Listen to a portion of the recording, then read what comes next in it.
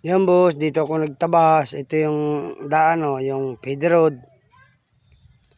Ito yung papuntang water refilling. Ayan, nakalusot na ako. Dito naman ako sa bandang, dito sa kabila naman sa may puno ng santol. Ayan. Ito yung papunta kila Tita Ani. Ayan. Simula dito sa feeder road. Ayan, lusot na ako. Nakalusot na. Dito na ako sa tabi. Sa kabila. Ayan.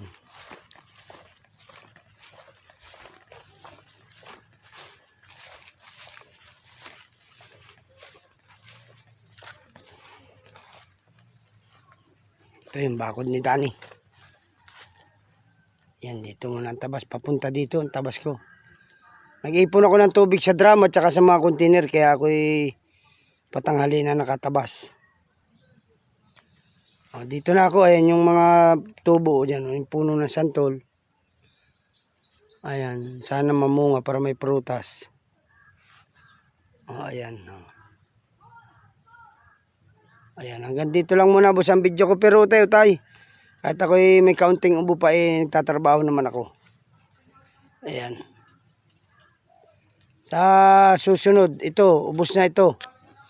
Anong araw bukas ay Webes. Ayan, dito naman ako bukas. Baka ito hanggang doon na sa kabilang daan nung doon, papasok doon sa ano. Basta bukas sa hapiting ko.